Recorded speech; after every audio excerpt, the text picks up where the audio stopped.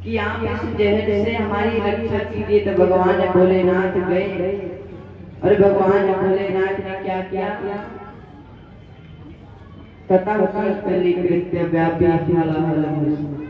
कि भगवान भोलेनाथ जहर को करतल में भर करके पान कर गए। लेकिन बाद में याद आया मेरे अंदर तो मेरे गोविंद बैठे हैं, इसलिए जहर को अपने गले में धारण कर लिया, जिससे उसका गला नीला पड़ गया। और भगवान भोलेनाथ का एक और नाम पड़ गया नीलकंठ। बोलिए नीलकंठ भगवान की जय हो। अब इस प्रकार से सागर मंथन पुनः प्रारंभ होता है। इस बार सागर मंथन से कामधेनु गाय निकली, जिसे ऋषभ अग्निहोत्र इत्यादि करने के लिए दे दिया। ऐरावत हाथी निकला, जिसे देवराज इंद्र धारण किए। और सुग्रीव जी महाराज कहते हैं कि सागर मंथन से पद पर राग मणि निकली। तो इस मणि को भगवान धारण करते हैं और उसके बाद उर्जित घोड़ा निकला, जिसे राजा बलि धारण किए। और सुग्रीव जी महाराज ने बताया है कि सागर मंथन से स्वयं माता लक्ष्मी निकलती है। अब तो माता लक्ष्मी को देखकर सारे देवता मोहित हो गए। देवता दैत्य कहने लगे ये मुझे चाहिए, ये मुझे चाहिए। और गुरु जी ने बताया है कि सारे देवताओं और दैत्यों में लड़ाई होने लगी। अब तो नारद जी आए। नारद जी ने कहा कि तुम आपस में लड़ाई क्यों कर रहे हो? तो देवताओं ने कहा कि माता लक्ष्मी निकली है और यदि ये हमारे साथ विवाह कर ले तो सही है। नारद जी ने कहा कि देवी जी के हाथ में वरमाला दे दो, जिसको पति बनाना चाहे उसे पति बना देंगे। अब तो माता लक्ष्मी के हाथ में वरमाला दे दी। माता लक्ष्मी सबसे पहले ऋषि मंडली की लाइन में गई और सबसे आगे अगस्त ऋषि बैठे गई। माता लक्ष्मी कहने लगी कि अरे ऋषि तो बड़े सुंदर हैं, लेकिन अनासक्त हैं, मतलब इनके पास कोई शक्ति नहीं। आगे गई दुर्वासा ऋषि बैठे थे। दुर्वासा ऋषि को देखकर माता लक्ष्मी ने सोचा कि ऋषि तो बड़े सुंदर हैं, लेकिन क्रोध इनकी नाक में सवार रहता है।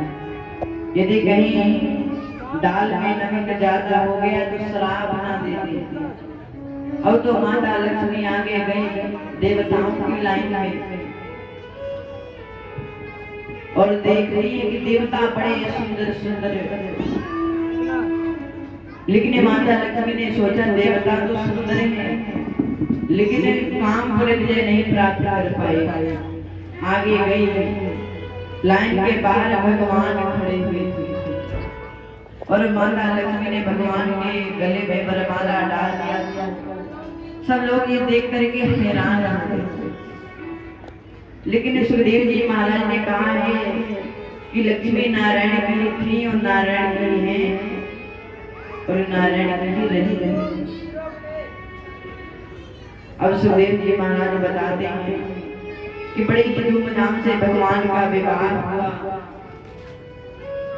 और उसके बाद सागर मंथन प्रारंभ होने के बाद एक वारुणी नाम की मदिरा निकलती है,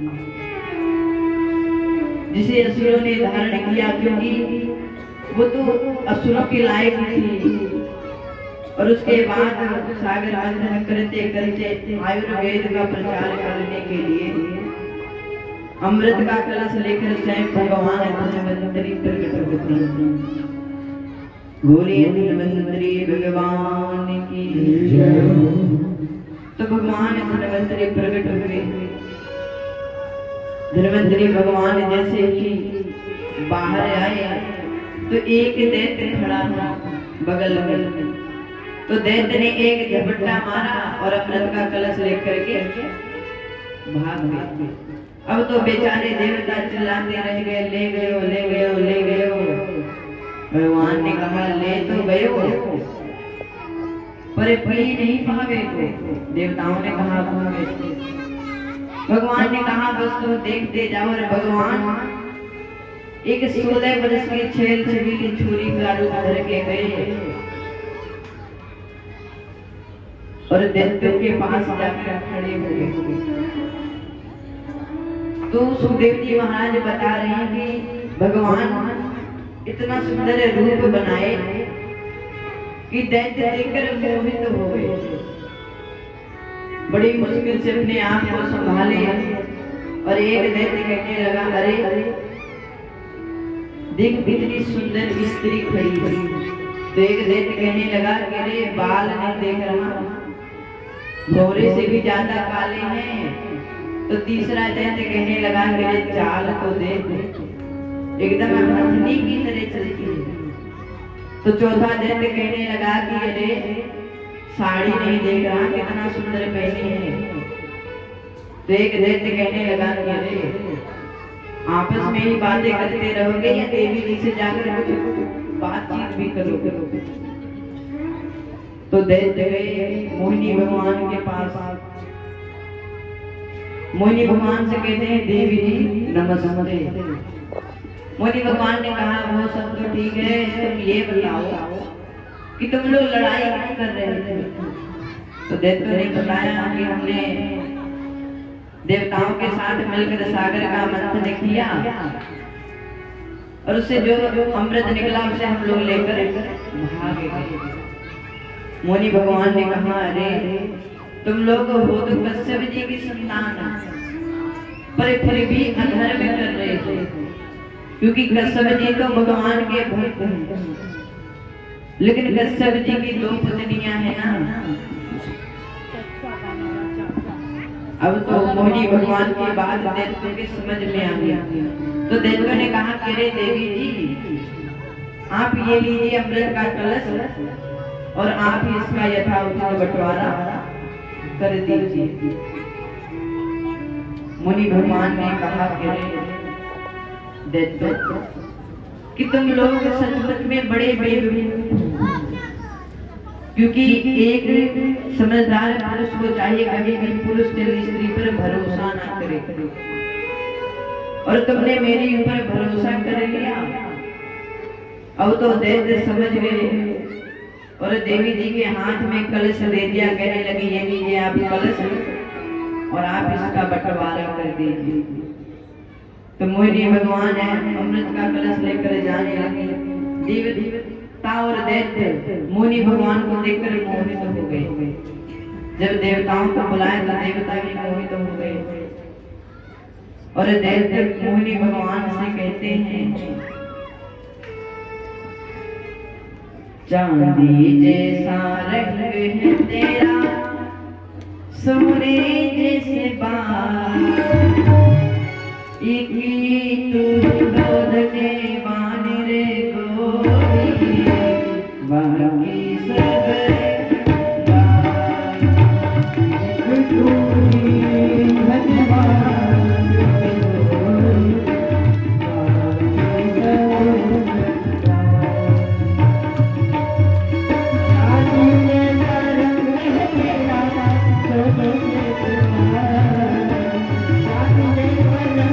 तेरा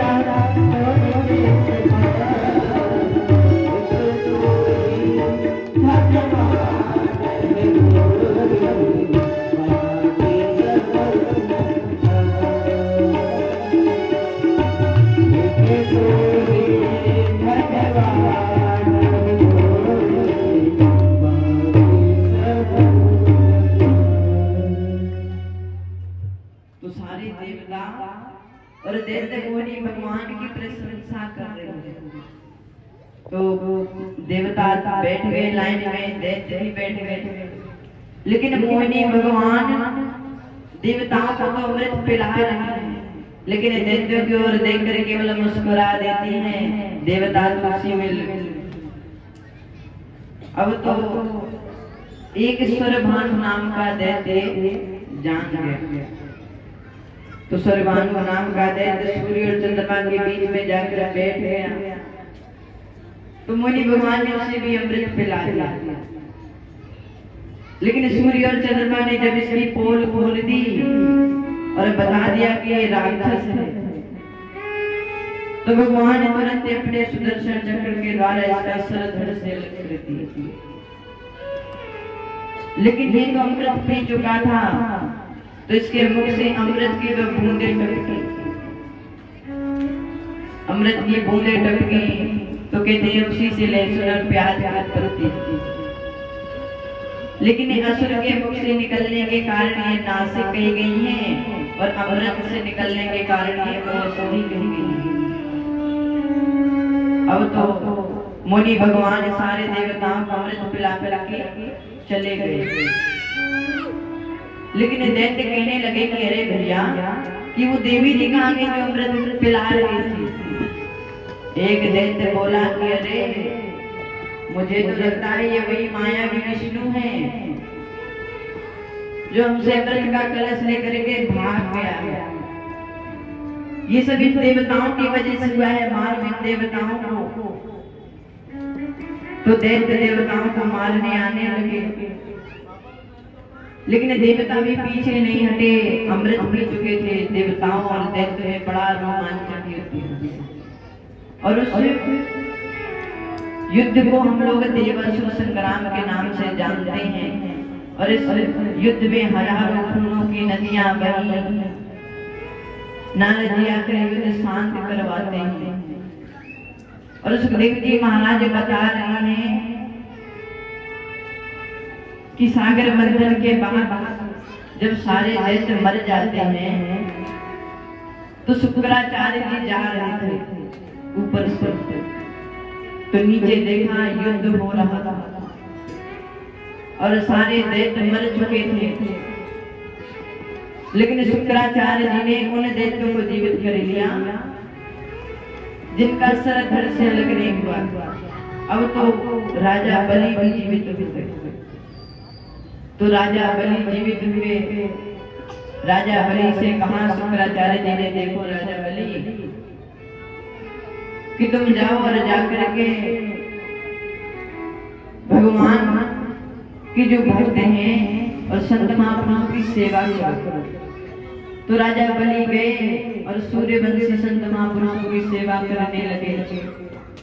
धीरे धीरे कई वर्ष व्यतीत हो गए। तो ऋषियों ने वरदान दिया कि तुम्हें कोई हरा नहीं पाएगा। तो ये सारे दैत्य गए, स्वर्ग में आक्रमण कर दिया। पुनः स्वर्ग पर दैत्यों का आधिपत्य हो जाता है। अब एक दिन शुक्राचार्य जी गए राजा बलि के पास और कहने लगे, अरे राजा, कि तुम्हें पता है स्वर्ग का राजा वही बन सकता है जिसने 100 सुमेघ यज्ञ किए। तो राजा बलि ने कहा, कहने महाराज, आप भी बताइए हम कहाँ जाकर 100 सुमेघ यज्ञ करें। तो शुक्राचार्य जी ने कहा, नर्मदा नदी के किनारे भृगु शिक्षक नामक स्थान है, वहीं जाओ और अपनी 100 सुमेघ यज्ञ करो। राजा बलि गए, 100 सुमेघ यज्ञ करने लगे। लेकिन इधर बेचारे देवता मारे मारे फिरने लगे।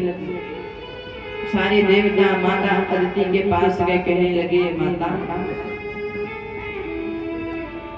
कि आप हमारी रक्षा कीजिए। माता गई कश्यप जी के पास, कहने लगे कि अरे स्वामी, आप मुझे कोई ऐसा व्रत बताइए जिसे करके मैं अपने पुत्रों का कष्ट दूर कर सकूं। तो कश्यप जी ने पयो व्रत का उपदेश दिया, जिसे 12 दिनों तक दूध पीकर किया जाता है। अब तो माता आदिति ने 12 दिनों तक व्रत किया। भगवान इनके सपने में आए। भगवान ने इनसे कहा कि अरे माता कि आप चिंता ना कीजिए, मैं आपका पुत्र बनकर के आऊंगा। धीरे धीरे समय बीता, कई वर्ष व्यतीत हो गए। तो भगवान माता आदिति के गर्भ में आए। रात्रि के समय भगवान का जन्म होता है। माता आदिति के गर्भ से भगवान बटुक बामन के दिन भगवान का अवतार हुआ। तो सारे देवता और दैत्य